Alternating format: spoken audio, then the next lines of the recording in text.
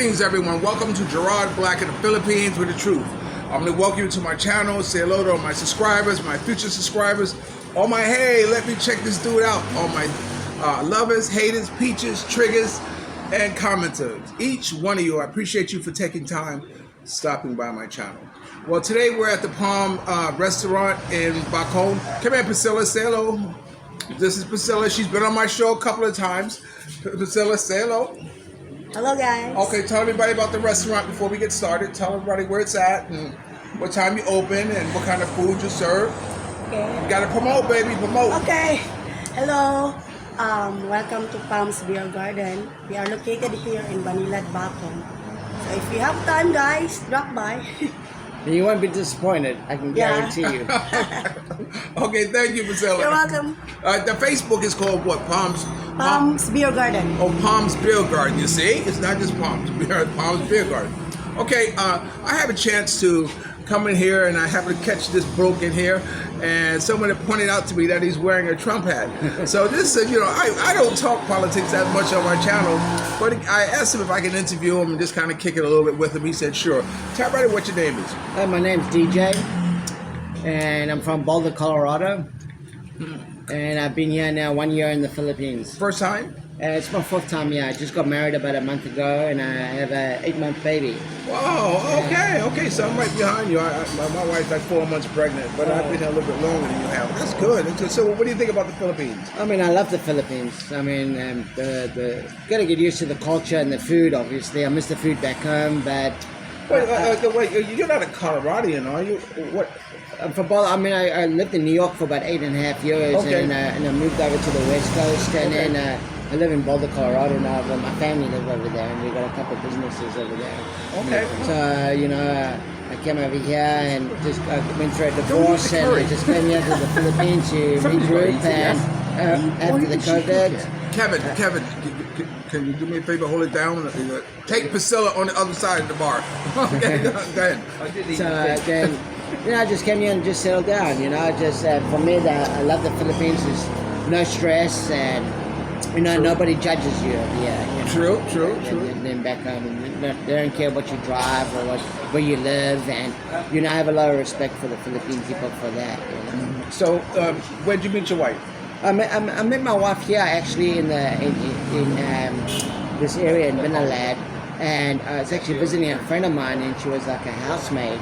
And I didn't meet her online or anything, and we went out to lunch, and now we're going on 5 years. Wow, wow, that's good. That's a good story. I was fortunate. I wasn't like most of the foreigners that got scammed or and all that. So I was fortunate, and then, like I said, we just had a baby boy about 8 months ago, and I couldn't be any happier. Okay, good. So what kind of work did you do in the States? My family own concrete business, and we renovate homes, high-end homes. So I know it must drive you crazy looking at the construction, how they build stuff here. It's so different, and I mean, just everything in the Philippines is just mind-boggling, to be honest with you, and we're in a third world country, obviously, and for me, it saddens me that the pay for in the Philippine pesos, and how they survive. I have a lot of respect for them. I mean, for earning what money they earn compared to what we get back in the States. I mean, it's mind-boggling, but I take my hat off to them. But for me, coming here, being semi-retired. It's definitely a place I'll definitely stay, I mean, I've been halfway around the world, and I'll definitely choose the Philippines. I have to say that one time I saw them taking down a wall, and it was 3 guys with a hammer. Just being down. Oh my goodness. It's crazy. Yeah. And then, I mean, do anything by hand labor, instead of doing the machines and just doing it quick. Everything's, it's definitely hard labor for a whole day's work for $10, I mean, it's, you never see that back home. It's crazy, but they got to do what they have to do to survive, and for me, I mean, I have a lot of respect for them for that, and like I said, I've come to get used to the customs over here, and the culture and the food. But you know, rice is life in the Philippines. You know, you gotta learn how to learn to eat the rice. You know? No, I pull back with the But right. you know, I've learned now the famous drink Red Horse. I drink the Red Horse and the Tandawai. You know, I call it the Filipino ripple. I call it the Philippine poison. But you know, surprisingly enough, the rum here is labeled as one of the top rums in the world. Yeah, exactly. I researched it and I was like, man, this kind of wine and it's so cheap over here. And then I'm like, man, but they rave on how top of the line this rum is, and they drink the shot with some water. And personally, I think because it's so cheap, so it's a cheaper way to get yourself drunk compared to buying yourself. I mean, a case of Red Horse is going to cost you over 700 pesos. You know, one bottle is at 120. You can get a bottle of Tandawai is going to last you a little longer. And buzz a lot quicker. And buzz a little quicker, you know. But, you know, I've also learned the hard way in the Philippines, you know, that, you know, coming to the Philippines, just be wide awake. Don't get ripped off. I mean, just because you're a foreigner, it goes from the trikes to even the woman over here, you know. And if a woman can ask you for load, and they got a phone, they can afford a phone, they can afford load. And another next tip is if they mention, oh, my family's in the hospital, you know, I know all the lines. Been here for over a year now, and you know, but it's the experience and learning everything. I had a girl last week contact me and said, Gerard, you know, my brother's sick and he needs medicine. Can I borrow 3,000 pesos from you? I give it to you on Wednesday. I said, what? I said, today's Tuesday. Why don't you go to sleep and get your money? It's like, that's funny. Yeah. So what do you think is the difference between the women here and the women back in the States? You know, to be honest with you, I think the woman, it depends. Okay, first of all, if you were the legit Philippine girl and not a scammer, and a Philippine girl will treat you so well, so loyal, and they'll treat you like a king. And women back home, you take them out on a date, they ask you, what do you drive, where do you live, what do you work? You don't have those three criteria, you won't go on a second date. In the Philippines, at least you'll be with a girl that will stick with you, and they'll take care of you, and they're loyal. And that's one good thing that I've come to learn about the Filipino women compared to the women back home. And I'm not, like I said, I'm not judging the women back home, but the women back home are materialistic. There's no doubt about it. I mean, the women over here, they're not. You know? One thing I admire about them is that they are a lot less promiscuous. You know, as far as women back east, you know, back in the States, you know, where women has, you know, by the time she's 21, she's probably, you know, been through so many that you know, trying to find a good woman is very difficult. You know, one that can really, you know. Exactly. I mean, the women over here, they'll meet for example, a foreigner, and they'll stick with the foreigner because of the economy is so bad, and they need to help support their family. But if you were the legit Philippine woman and not the scammer that has a husband or a boyfriend that's just taking you because you're on Social Security. So it's you can look at it at different angles, you know. But if you do find the right girl, like I was fortunate, I met a girl that she's from the mountains, totally legit. The family, I have a lot of respect for the family. They don't judge. It's not about the money. It's not about it's about loyalty and being there for each other. But in the other side of the coin, you've got these other Filipino women in Manila and so forth that they will just, oh, how are you? They'll be all sweet talk you because they're really looking at the dollars.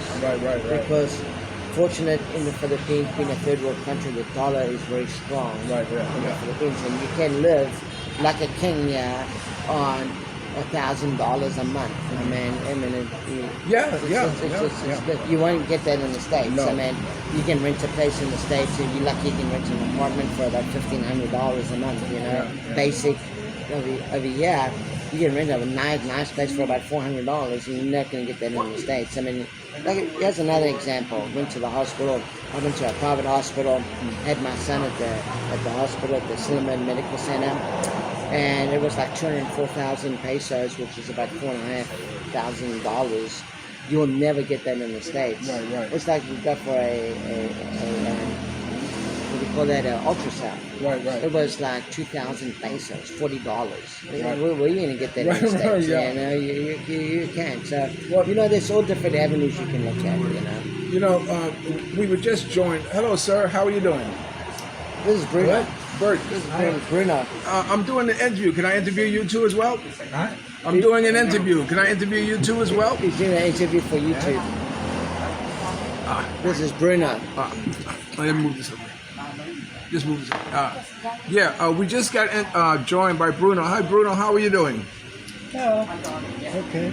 Okay. How old are you? 79. 79. Wow, you 10 years old. I just turned 69. So how long you been in the Philippines?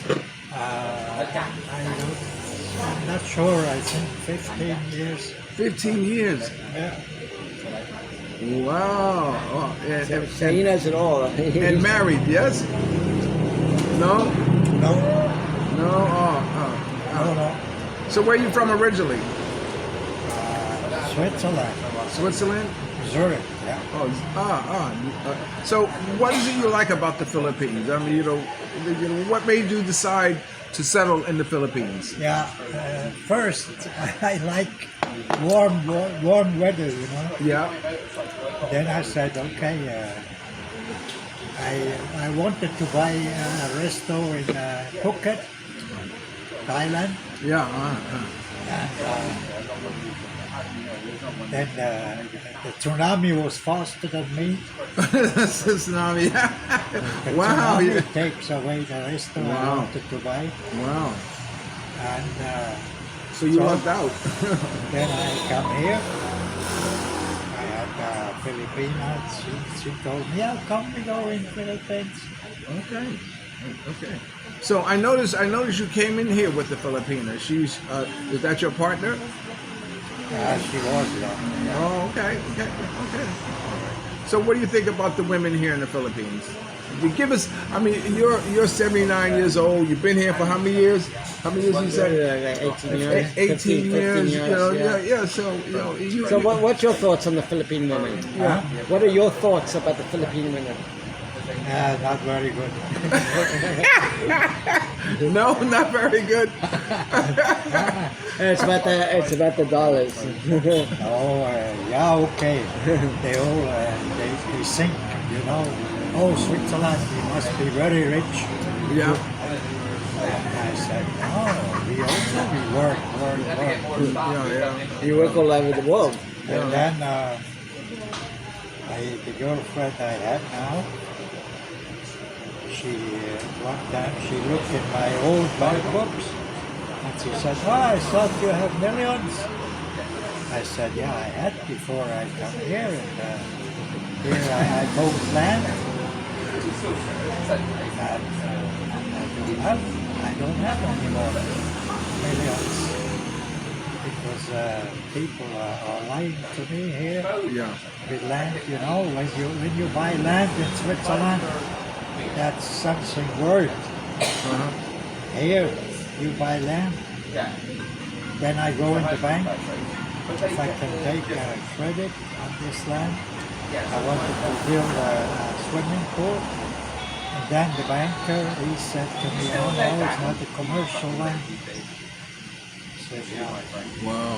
He was with me when I bought it. Okay, so thanks for joining us on the channel. All right. Okay. Now, I initially got pulled over here, and I was going to get into a conversation about politics. Because he's wearing a Trump hat. That's the elephant in the room. But I decided that we had, Do you keep up with politics here? To be honest with you, not really. I mean, I just. Israel's got it bad now. I mean, Israel's really bad right now, and personally, I think Biden. Which I call. Like I said, I don't really get into politics, but it's just my opinion. Okay. And I call him Grandpa Biden. Right. That obviously doesn't know what he's doing, and it's just chaos and just ridiculous, really. With Trump. I mean, Trump is such a straight shooter. I mean, personally, I think Trump's being one of the best presidents in the U.S. You know, and that's just my opinion. Okay, yeah, I mean, yeah.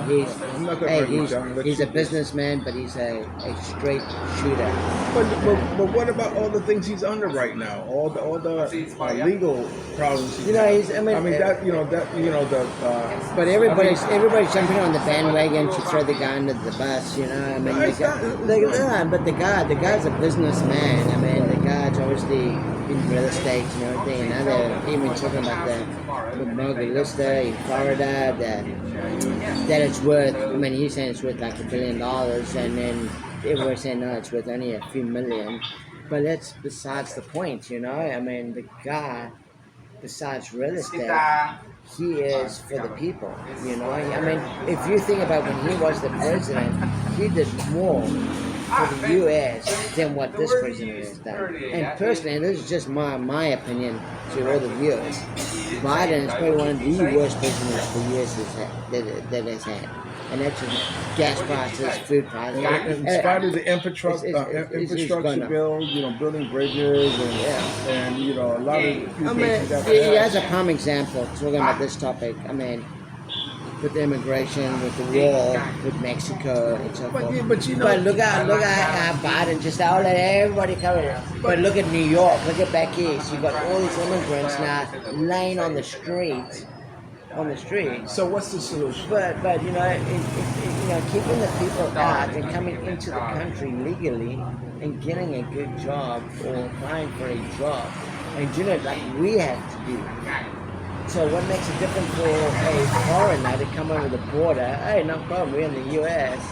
and everybody's on the sidewalk all waiting because Biden's opening the borders. I mean, personally, I think that was the biggest mistake. I mean, that's just you know, my what's your okay. My thought on immigration is simple. If you come over here illegal, you should be deported. Yeah. If you come here seeking asylum and you do it the right way, then you stand a chance, or you should be allowed a chance to come to the United States and assimilate. But the problem is the illegals. You know, I mean, you know, I don't know how you can stop it, or it's, you know. I mean, it's like anything. You're not going to be able to stop. You're not going to be able to stop. You're not going to stop. And it's only going to grow. You're not going to stop illegals, and you're not going to stop drugs. I mean, it's just. I mean, it's just too big. I mean, it's just too huge. I mean, personally, like you said, coming to the States, coming legally, just like everybody else had to, or guys go through all the paperwork. But I don't believe you should come in illegally because you could be some rapist, some murderer, so forth. For what?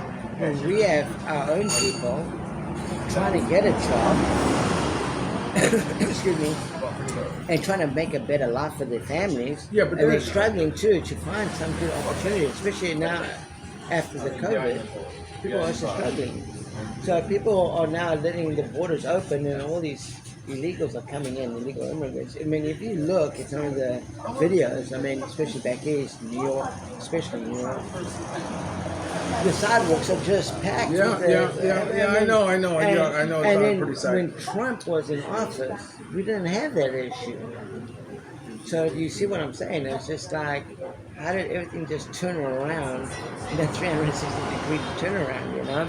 But like I said, you know, everybody's to their own and their own opinion. My opinion, I think, and right now I think America's in a lot of shit. I mean, personally, I mean, I wouldn't go back if I wanted to go back. Do you think that there was a time when America was great? You know, because he says make America great again. When was America great? I think I'm. I mean, great for who?